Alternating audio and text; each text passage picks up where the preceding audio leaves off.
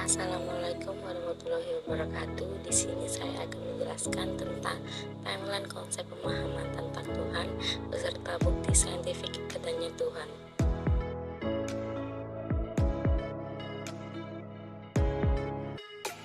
Yang pertama, ada pemikiran manusia tentang Tuhan.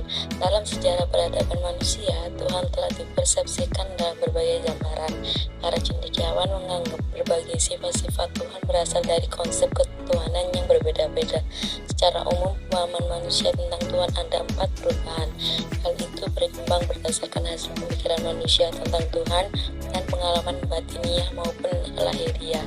Perubahan tersebut antara lain dinamisme, animisme, politisme, dan monotisme. Yang kedua, ada tentang pembagian pemahaman manusia tentang Tuhan ada 7, yaitu prasejarah, Judaisme, Hindu, Zoroastrianisme, periode Askia, periode pertengahan, dan periode modern atau sekarang.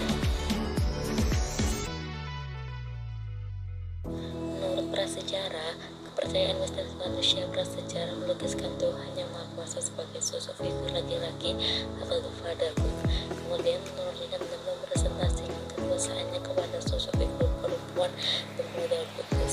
Hubungan antara keduanya menyebabkan lahirnya atau terciptanya alam semesta dan segala isinya. Yang kedua, ada Yudaisme, adalah yang terbuat dari 3 agama monoteistik Abraham dengan 2 agama lainnya adalah Islam dan Kristen. Agama ini secara resmi didirikan oleh Musa. Kemudian ada Hindu. Asal-usul agama Hindu dimulai dari masuknya bangsa Arya ke India sejak tahun 1900 sebelum Masehi. Dari masuknya agama Arya ke Indonesia membawa perubahan besar dalam tata kehidupan masyarakat India. Perubahan terjadi karena bangsa Arya mengadakan integrasi kebudayaan dengan bangsa Dravida sehingga lahirnya agama Hindu. Dalam agama Hindu terdapat keyakinan bahwa ada sesuatu yang sejati dalam tiap individu yang disebut atma, yaitu sifatnya abadi atau tidak dihancurkan. Zoroastrianisme sendiri diperkirakan terletak pada sistem keagamaan prasejarah bersama Indo-Iran yang berasal dari awal milenium ke-2 sebelum Masehi. Nabi Zoroastrianisme sendiri meskipun secara tradisional dianggap berasal dari abad ke-6 sebelum Masehi, namun oleh banyak sejarawan modern dianggap hidup pada abad ke-10 sebelum Masehi. Di dalam ajaran ini hanya ada satu Tuhan yang universal dan Maha Kuasa, yaitu Ahura Mazda atau Sang Pencipta.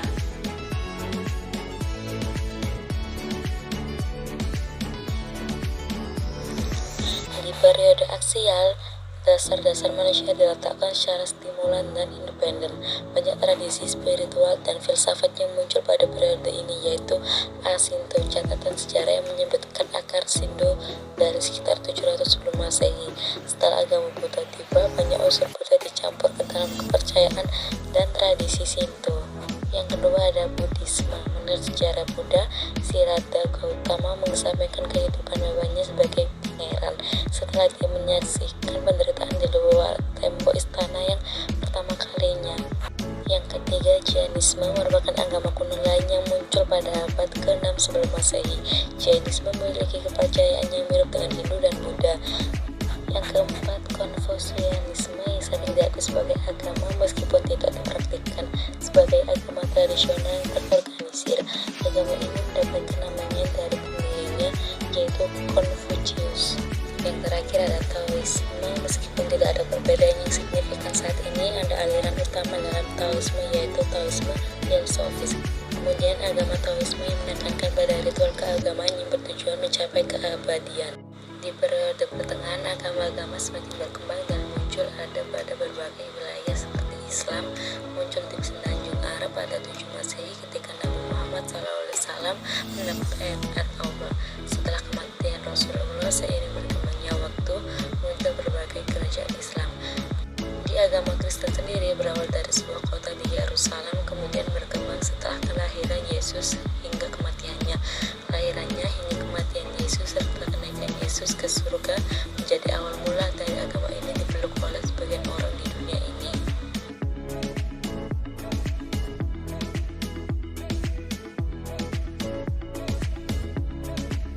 Di periode modern atau sekarang ini, mempengaruhi agama mengalami perkembangan, fluktuasi, perpecahan hingga kemunduran karena perkembangannya zaman atau pencerahan ilmu agama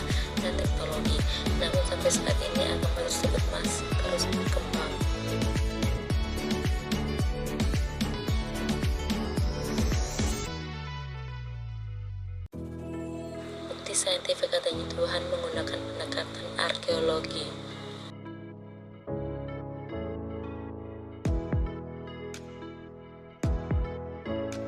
Yang pertama, ada 3 makam kuno menghadap kiblat ditemukan di Prancis. Arkeolog dari French National Institute for Preventive Archaeological Research baru-baru ini memastikan bila mereka menemukan kuburan berusia 1300 tahun di Nimes, salah satu kota di selatan Prancis. Arkeolog yakin 3 kuburan yang mereka temukan adalah milik orang Muslim karena cara penguburannya terlihat sesuai ajaran Islam. Yang kedua, ada cincin berlafaz Allah muncul di Swedia.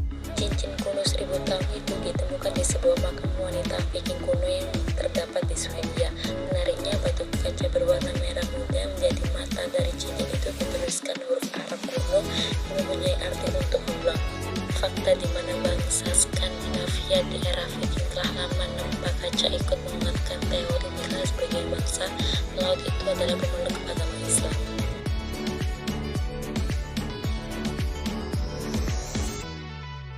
Yang ketiga, ukiran nama Allah dalam bordiran kostum.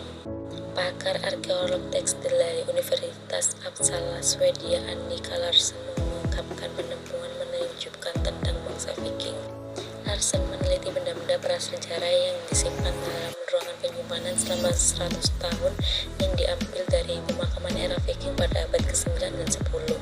Benda tersebut merupakan kostum perempuan dan laki-laki bangsa Viking. Kostum tersebut menjadi unik karena anyaman yang ada di permukaannya membentuk tulisan Allah dan juga Ali atau Ali bin Abi Thalib, sepupu sekaligus menantu Nabi Muhammad yang ditenun dengan benang sutra dan perak. Yang terakhir, ada penemuan kaum Sodom.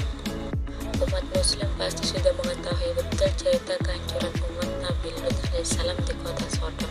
Azab-pedih diturunkan oleh Allah karena masyarakat di kota Sodom tersebut kerap melakukan perzinahan dan penyimpanan seksual. Kaum Sodom menerima azab mengerikan seperti gempa bumi yang amat besar. Kisah tentang kaum Sodom pun dituangkan dengan jelas ke dalam Al-Quran surat Hud ayat 82. Meskipun kisah tersebut sudah terjadi berpuluh atau ratusan abad, rupanya jejak kota Sodom ternyata masih dapat ditelusuri loh keberadaannya. Arkeolog pernah mengungkapkan jika kota Sodom berada di tepi laut mati yang dahulunya merupakan danau Lut. Kota ini berbatasan dengan Israel dan Yordania. Sekian dari kelompok kami. Wassalamualaikum warahmatullahi